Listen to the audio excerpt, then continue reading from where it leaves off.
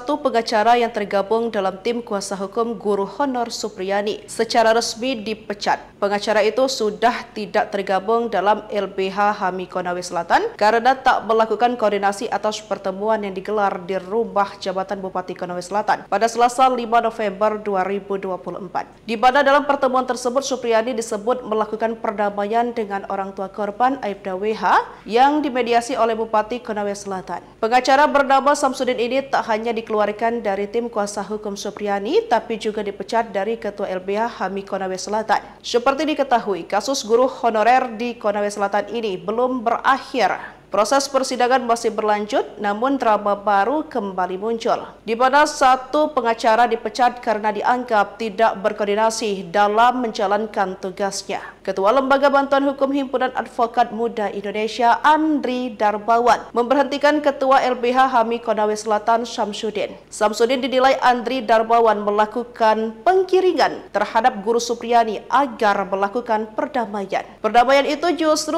tak diketahui oleh Andri Darbawan dan juga tim kuasa hukum Supriyani lainnya. Dalam pertemuan tersebut terlihat Supriyani bersama dengan orang tua murid Aibda WH serta istri NF saling berpegangan tangan. Nampak pula sosok Bupati Konsel Sarunudin Dangkah yang menyatukan genggaman tangan mereka yang berkonflik. Andri menepis kabar perdamaian dalam proses hukum yang sudah bergulir. Ia mengatakan kasus hukum tersebut sudah dalam proses pengadilan. Terkait pertemuan tersebut, kata Andri, Samsudin selaku Ketua LBH HAMI Konawe Selatan tak berkoordinasi apalagi untuk melakukan perdamaian. Andri mengatakan dalam perkara kasus guru Supriyani, tim kuasa hukum fokus untuk melakukan pembuktian.